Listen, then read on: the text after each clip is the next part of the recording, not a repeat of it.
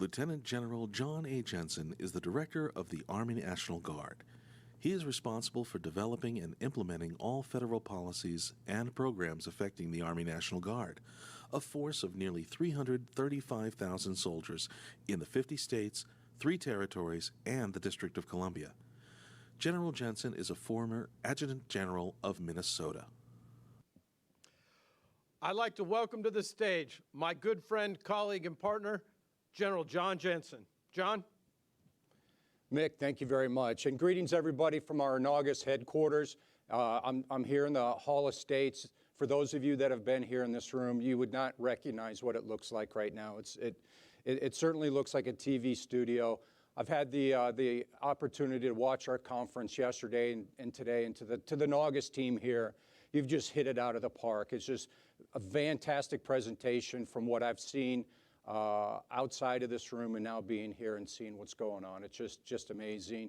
Gary Keefe, to your team there in Massachusetts, hey, I know you guys put forth just a tremendous amount of work into this conference, and I know you're as sad as we are not being able to host this conference this year, but our thoughts are with you, and we'd all love to be up in Boston right now, enjoying your company. So what I'm going to do is I'm going to take about 12 minutes here, go through a couple slides, and I think some points that are an endearing priority of the Army National Guard, and then some things that I think that are important now as we look at the Army National Guard and what we've been asked to do, and what we're going to be asked to do in the future. I think the first thing, though, that we should remember is this: that nothing is impossible for our National Guard and for our Army National Guard. You know, you look back at the history of the Army Guard, and really the modern National Guard came out of the 1903 Militia Act. The Militia Act ensured that we had access as states militia to federal funding, federal equipment, and federal standards. And so what it created was really a professional reserve component to the United States Army. In addition to that, it provided a dependable, committed, and professional operational and strategic reserve to the United States Army at that time. What's amazing, though, those people, as they put forth the Militia Act of 1903, could never envision the Army National Guard that exists today.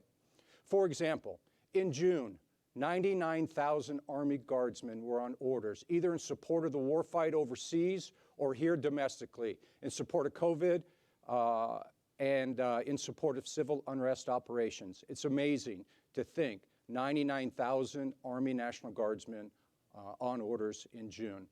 So the 3 key points I'm going to talk about today in terms of what I believe are enduring priorities of the Army Guard: end strength, readiness, and people. Now, overarching, however, though, as a military organization, it's all about leadership. My approach to leadership, the way that I have been coached, taught, and mentored, is that soldiers, like plants, grow towards light. We grow towards positive leaders.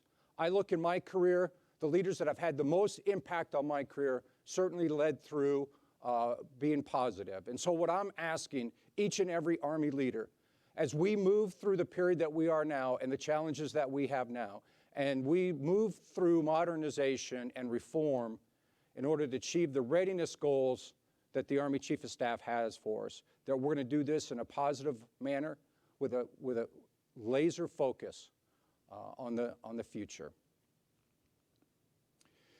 Now, we have incredibly challenging times right now. As I mentioned, 99,000 soldiers on duty in June, and this can be very overwhelming to our soldiers, family members, to employers, to leaders as well.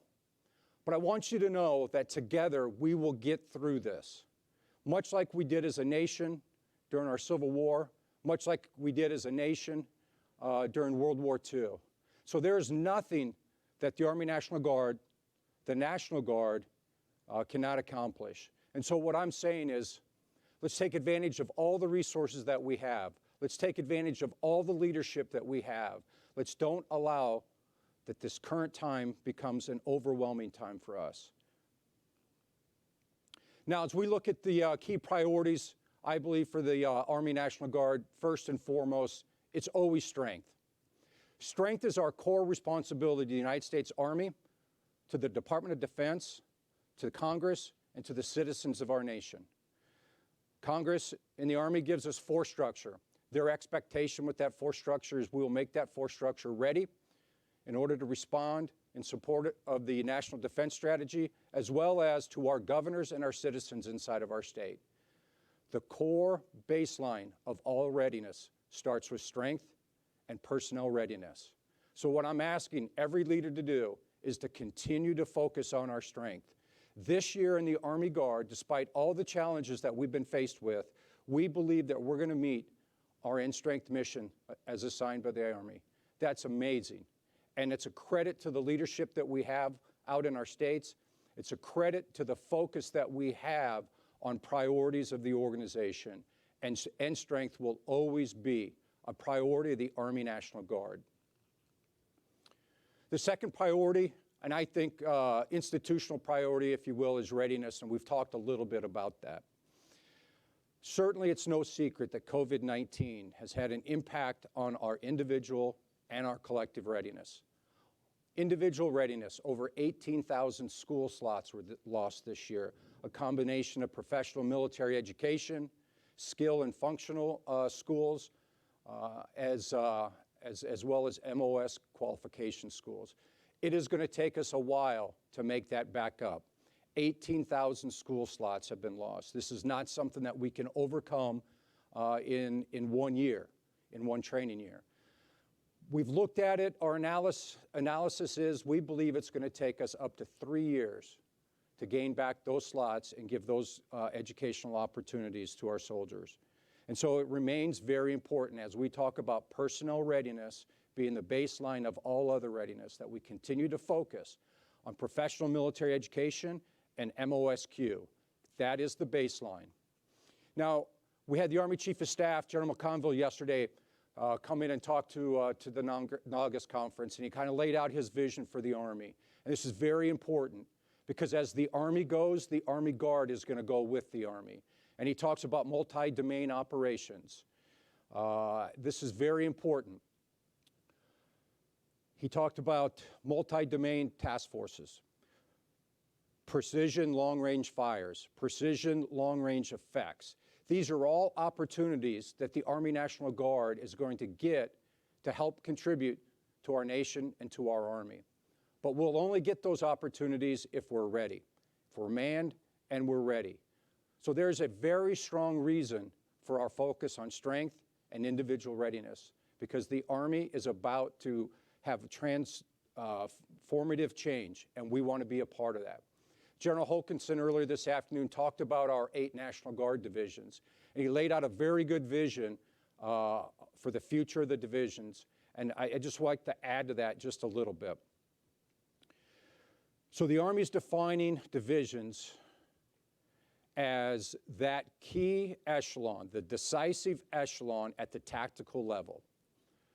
What we have right now are 8 division headquarters that loosely have some force structure organized underneath it.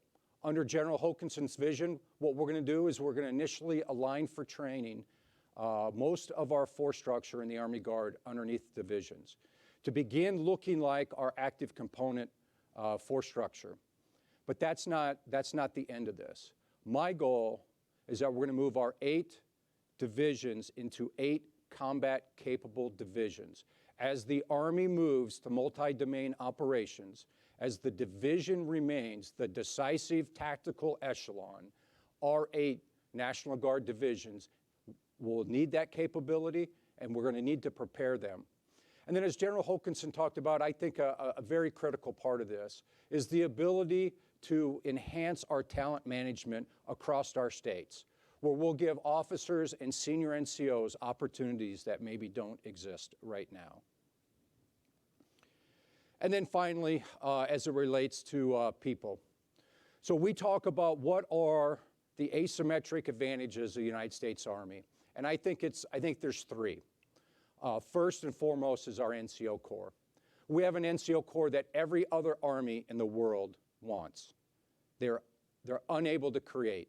Our NCO Corps is just a tremendous resource to our Army, and sets us apart from the armies across the world. I think the second thing is, and I talked a little bit about this, and that is our reserve component, our Army National Guard. When you look at the reserve component of the United States Army, Army Reserve and Army National Guard, there is no other reserve component in the world that provides their Army with the operational and the strategic reach that our reserve component does. So when you look at our Army, the asymmetrical advantage we have over our competitors and our enemies, our NCO Corps and our reserve component, and that comes from our people. That comes from our soldiers. Now, when we look at what's going on in America right now, and people are talking about change, social justice needs to change, you know, I feel very comfortable with where we are as an Army Guard as it relates to our values. What the Army values is very consistent with some of the changes that our society needs to make.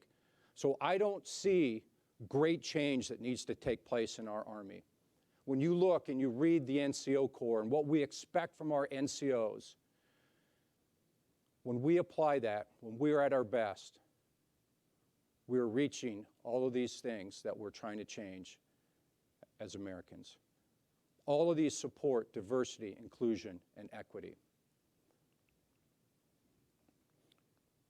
Now, as senior commanders, beginning at the company level, company commanders, first sergeants, all the way up to the Chief of National Guard Bureau, the Senior Enlisted Advisor, the Director of the Army Guard, and my Senior Enlisted Advisor, Command Sergeant Major Sampa, we're responsible for the culture of our organization.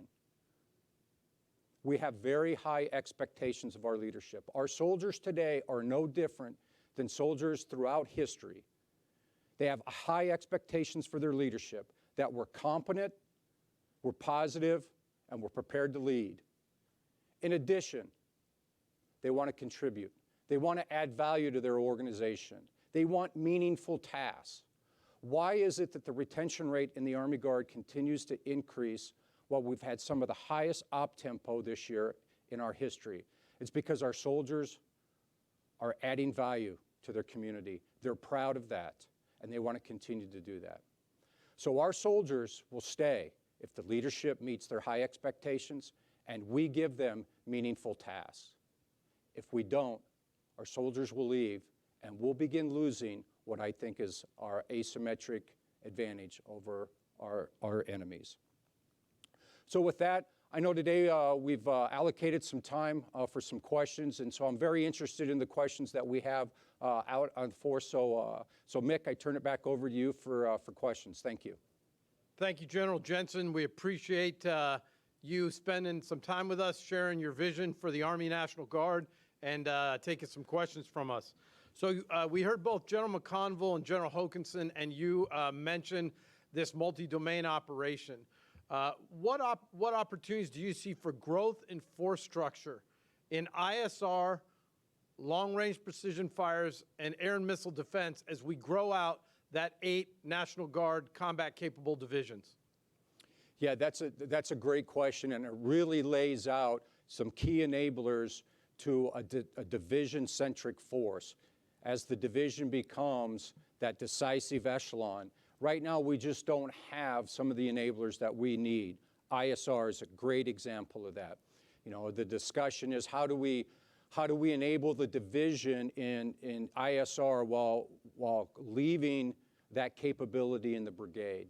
You know, the previous division design was that everything really existed in the division level, and our maneuver forces did fire and maneuver, and that was about it. Now we've got incredibly capable brigade combat teams. And so what we want to do is we want to enable that. We don't want to take that away. And so as we begin to build out these enablers for the division, again, with the goal being joint multi-domain operations, I see great opportunity for the Army National Guard in these areas. Look, it's very important that we remain the primary combat reserve of the United States Army, and we will remain the combat reserve of the United States Army. And as we enable our divisions in order to move the Army to how we fight today, to how we're going to fight in the future, those enablers that were just mentioned there are key enablers for our divisions. General Jensen, thank you so much for that answer. I can tell you that as the chairman of this association, we look forward to working shoulder to shoulder with General McConville, General Hokanson, and yourself to build out that capability to be the combat reserve in that 8 divisional force structure aligned formation. And whatever you need from us here at NGAUS, we stand ready to advocate and help with that. One of the things that we know that's going to require is modernization of equipment and interoperability. To maintain that equipment and keep us interoperable, keep software patches and the rest up to date, we need full-time manning in the Guard.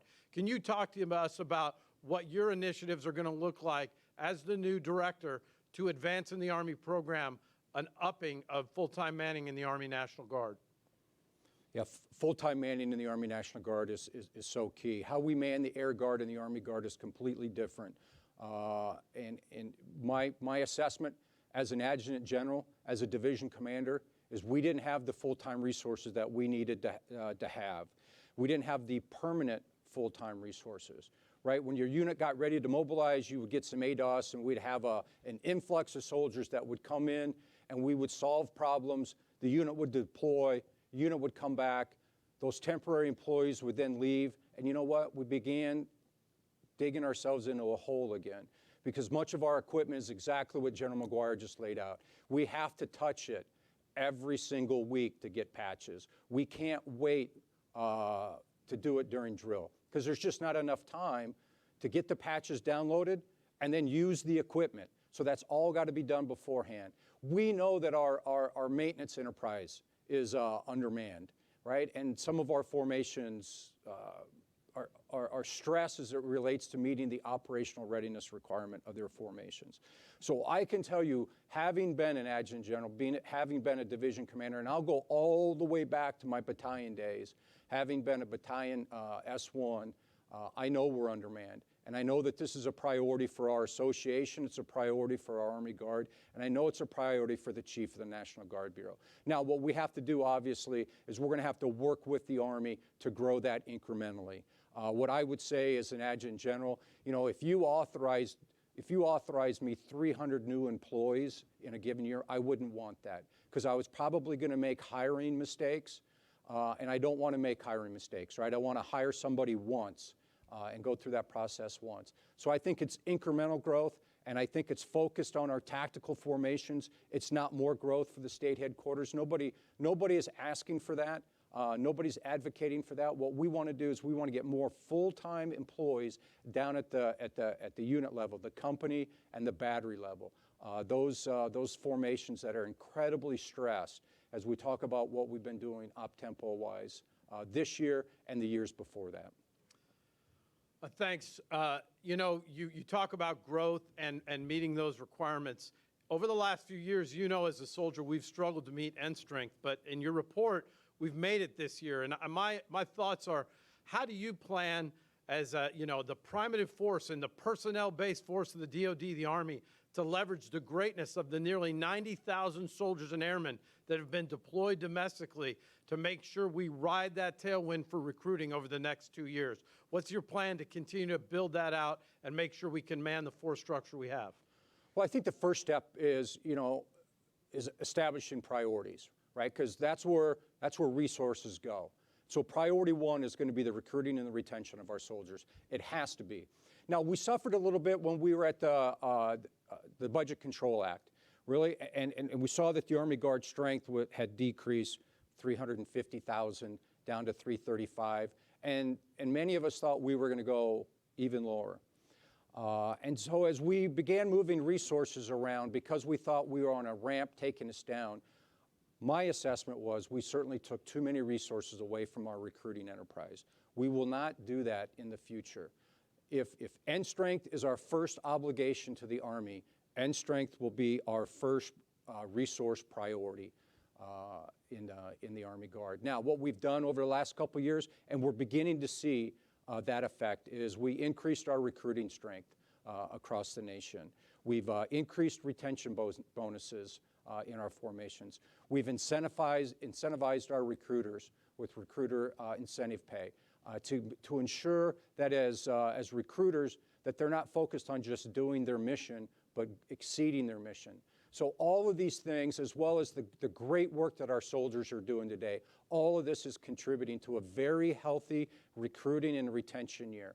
Our obligations as leaders is to ensure that we're able to continue that into the foreseeable future, because there are going to be force structure opportunities for the Army National Guard, and we have to be prepared to fill them and make them ready and then deploy them.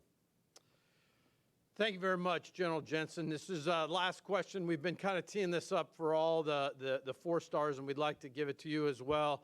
As you begin your tenure as the new director of the Army Guard, are there any priorities on the personnel side for soldiers and families that you want to advance to help assist them in career development? Yeah, you know, General McConville has really grabbed hold of talent management, and it is a key priority of the Chief of Staff of the Army. And you know, I'm personally lucky because our current Chief of the National Guard Bureau was the previous director, and so he got to hear General McConville's vision in terms of how we're going to move forward as it relates to talent management, and this idea that we're going to have data on our soldiers, not to use to punish them, but to ensure that every soldier in our formation, regardless of component, can live up to their highest potential, and that sometimes organizationally we need to help them reach that potential. So I'm very encouraged with the Chief of Staff of the Army's vision for talent management, specifically as it relates to IPS-A. Now, I will tell you, families and employers, do we do enough for our family and our employers? The answer to that question is always no. We're not doing enough. Look, our soldiers are allowed to serve because of the love and support of their family members and the commitment our employers have to the National Guard and their soldiers. You know, when I was in Minneapolis visiting our soldiers who were out on duty in support of the civil unrest that we had, you know, the one question that I was using as the icebreaker with our soldiers was, hey, where were you when you got the phone call to report to this duty? And soldier after soldier after soldier that I talked to, you know, had a similar story. And it was, hey, sir, I was at work when I got the phone call. Okay, tell me a little bit more about that. What was, you know, how did you talk to your employer? What was your employer's reaction when you said, hey, I have to leave work right now in order to go do this mission? And soldier after soldier told the same story. My employer looked at me and said, hey, what you need to do right now is more important than what you're doing right now, so go do that mission. And we can't forget our employers. I personally believe we have asked more of our employers as it relates to the national security strategy of this country. We have asked more of them during this time than any other time in our history other than World War II. We have to recognize that.